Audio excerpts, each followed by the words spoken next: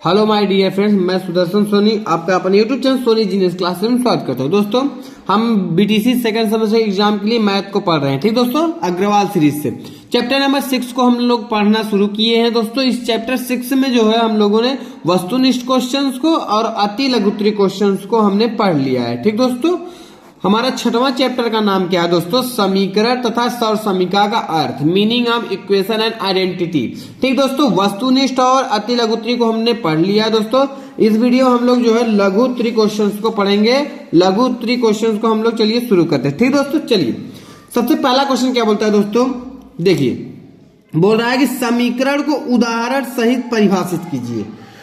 समीकरण को उदाहरण सहित परिभाषित करना है। ठीक दोस्तों, यानी हमें समीकरण की परिभाषा लिखनी है। समीकरण क्या होती है इसके लिए। ठीक दोस्तों, ध्यान से देखिए, समीकरण क्या होता है? जब दो व्यंजक, दोस्तों यहां पर लिखा है जब दो व्यंजक परस्पर बराबर होते हैं, यानी दो व्यंजक हो और परस्पर क्या हो? बराबर हो। ठीक है दोस्तों, दो व्यंजक परस्पर बराबर हो तो उनके बीच में बराबर का चिन्ह लिखकर उसे प्रकट करते हैं। उसको बीजीय समता कहते हैं। मतलब इस चिन्ह को बीजीय समता कहते हैं। जब बीजीय समता का संबंध ज्ञात और अज्ञात राशि के बीच हो, ऐसी समता को समीकरण कहते हैं। ठीक दोस्तों, जब दो व्यंजक कहना है दोस्तों, जब दो व्यंजक, जब दो बीजीय व्यंजक हो या व्यंजक हो,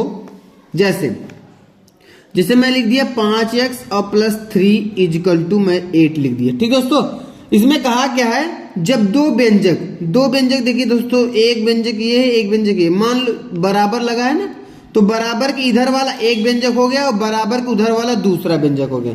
तो जब दो व्यंजक के बीच में बराबर का चिन्ह लगा हो और वे दोनों व्यंजकों में एक हमारी ज्ञात राशि हो, ज्ञात हो, और एक अज्ञात हो, ऐसे समीकरण, मतलब ऐसी समता को या ऐसे व्यंजक को हम बोलते हैं दोस्तों समीकरण। समीकरण का अर्थ सीधी सी बात है दोस्तों, जब दो व्यंजक के बीच में बराबर का चिन्ह लगा हो और एक हमारा पता हो और एक न पता हो, यानी एक हमारा ज्ञात होगा और एक नहीं ज्ञात होगा, ऐसे बीजीय व्यंजक को हम समीकरण बोलते हैं। ठीक दोस्तों, आशा करता हूं समझ में आ गया है दोस्तों। ठीक है, जैसे 5x प्लस 8 इजकल टू 8, यहां पर ये क्या हमारा एक समीकरण है दोस्तों। क्या है? समीकरण। ठीक है, समीकरण को चलिए उदाहरण से हम लोग देख लेते हैं। ठीक दोस्तों, उदाहरण क्या दिया? जैसे देखिए, x प्लस 5 बराबर 12, x प्लस 5 बराबर 12, x प्लस 5 बराबर 12। तो यहां पर आप देख रहे हो आप दोस्तों कि इधर जो है अज्ञात राशि अज्ञात है और इधर ज्ञात है। इधर 12 टोटल 12 है और इधर x प्लस 5 है। तो यानी x की वैल्यू हमें नहीं पता, तो ये इधर वाला मान अज्ञात है, इधर वाला मान ज्ञात है। तो इस प्रकार के व्यंजक को ही, और इन दोनों के बीच में क्या है दोस्तों? बराबर का चिन्ह लगा, तो ऐसे व्यंजक को ही हम क्या बोलते हैं? समीकरण। ठीक दोस्तों, अगर बराबर का चिन्ह लगा रहेगा, दो बीजीय व्यंजक हो चाहे तीन बीजीय व्यंजक हो, जैसे x प्लस 8 बराबर मैंने लिख दिया 13। जब दो बीजीय व्यंजकों के बीच में बराबर का चिन्ह लगाओ, ऐसे बीजीय व्यंजक को हम समीकरण बोलते हैं। अगर बराबर है तभी वह समीकरण कहलाएगा, बराबर का चिन्ह नहीं लगा है तो वह समीकरण नहीं होगा। ठीक दोस्तों, चलिए अब आगे देखते हैं। जैसे देखिए, यहाँ पर बराबर का चिन्ह नहीं लगा है तो ये हमारा समीकरण नहीं होगा। यहाँ बराबर लगा है, ये समीकरण होगा। ठीक दोस्तों, चलिए अब आगे देखते हैं हम लोग क्या। क्वेश्चन नंबर 2, समीकरण के प्रकार स्पष्ट कीजिए। हमें बताना है समीकरण के प्रकार स्पष्ट करना है। देखिए, समीकरण क्या होता है? समीकरण तो मैंने बता दिया दोस्तों।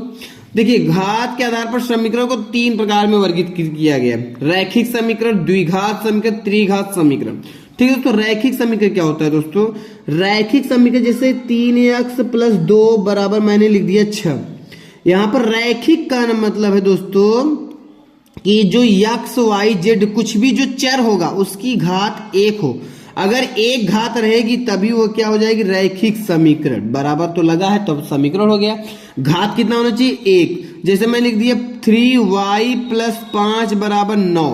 ठीक दोस्तों, तो यहाँ पर y का मैक्सिमम घात कितना है? 1 है, तो ये हमारा रैखिक समीकरण हो गया। द्विघात समीकरण देख लेते हैं। द्विघात समीकरण मतलब ऐसा बीजीय व्यंजक या ऐसा समीकरण जिसमें दोस्तों क्या हो?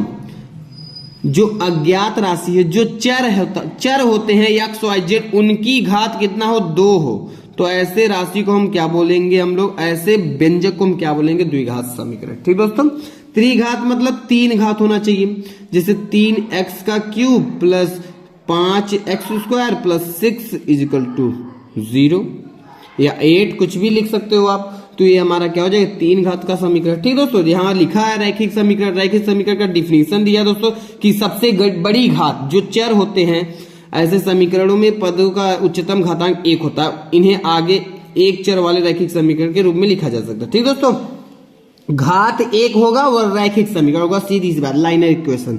ठीक है, जैसे यहाँ इसका मानक रूप क्या होता है, देखिए दोस्तों, ax plus B equal to 0, ax plus B equal to सी। बी जो रैखिक समीकरण होता है उसका मानक सूत्र यही है, ax plus B equal to c, मतलब कि जो यक्स है इसकी घात 1 है।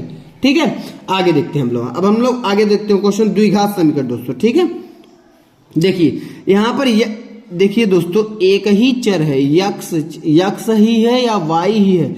अगर एक ही रहेगा, जैसे हम लिख दिया यक्स प्लस 5 बराबर 2। ठीक दोस्तों, अब यहां पर सिर्फ यक्स ही है, इस समीकरण में यक्स है, तो ये एक चर वाला है, एक चर है। अगर यही यक्स प्लस वाई प्लस 3 बराबर 2 लिखा होता तो यहां पर 2 चर हो जाते। ठीक दोस्तों, तो 2 चर का मानक रूप होता है ax plus B, ax plus B Y बराबर सी। ठीक दोस्तों, चलिए अब आगे देखते हैं द्विघात समीकरण। द्विघात समीकरण मतलब ऐसा समीकरण दोस्तों जिसमें घातांक चर का अधिकतम घात 2 हो, और उस समीकरण को हम क्या बोलेंगे, द्विघात समीकरण। ठीक है, जैसे इसका मानक रूप क्या होता है दोस्तों, मानक रूप इसका होता है ax² plus bx plus c equal to 0। यहाँ पर जो x का मैक्सिमम घात है 2 है, तो ऐसे समीकरण को हम बोलते हैं द्विघात समीकरण। ठीक दोस्तों, चलिए अब आगे देखते हैं त्रिघात। त्रिघात मतलब होता है दोस्तों 3 घात, ऐसा समीकरण जिसमें x y z कुछ भी हो, जो चर होता है, चर का अधिकतम घात 3 हो, चर का अधिकतम घात 3 हो, उसे हम क्या बोलते हैं, त्रिघात समीकरण। ठीक दोस्तों, इसका व्यापक या मानक समीकरण क्या होता है, ax का cube plus bx² plus cx plus d equal to 0। ठीक दोस्तों, यहाँ पर x का घात सबसे बड़ा क्या है, 3 है, तो ऐसे समीकरण को हम बोलते हैं त्रिघात समीकरण।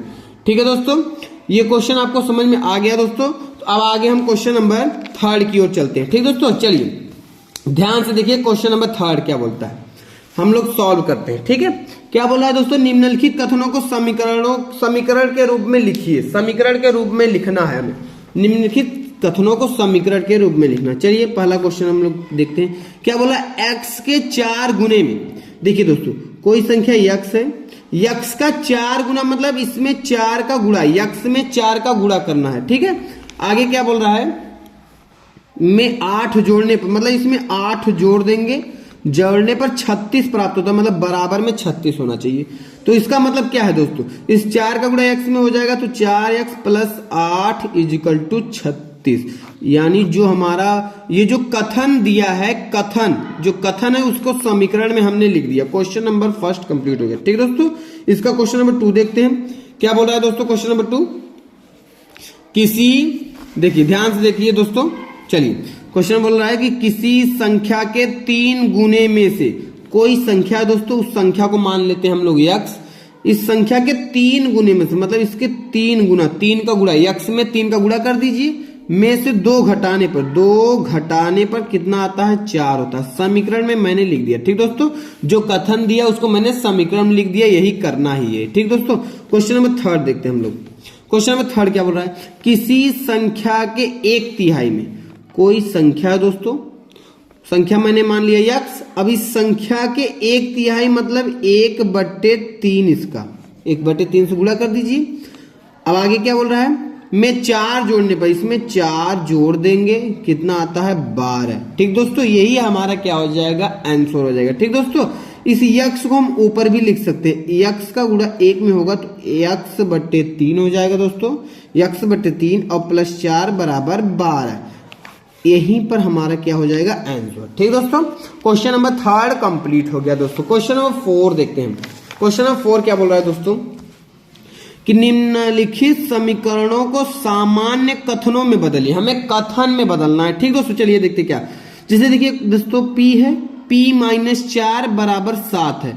इसका कहने का मतलब इस समीकरण से हम क्या लिख सकते हैं, इस समीकरण को हम कथन में लिखना है।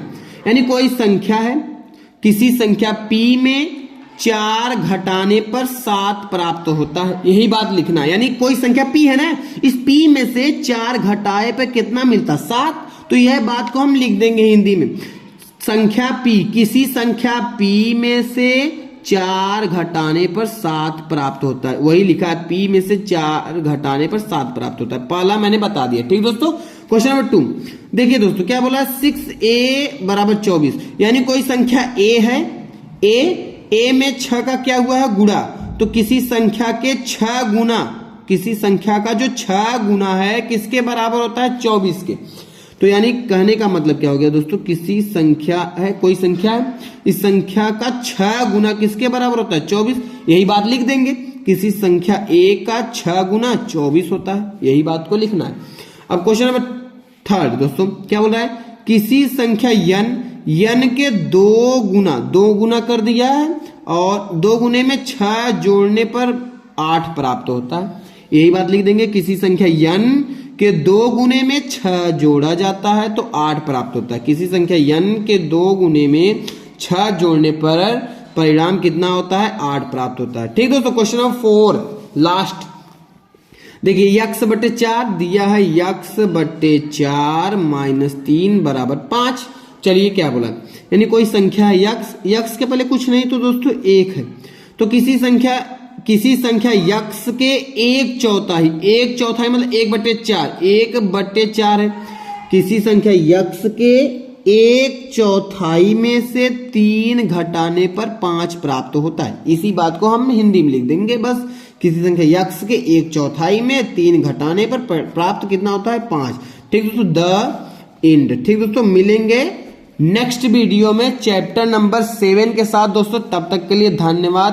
Please like, comment and subscribe कीजिए दोस्तों, ठीक है। मिलते हैं नेक्स्ट वीडियो में, थैंक यू।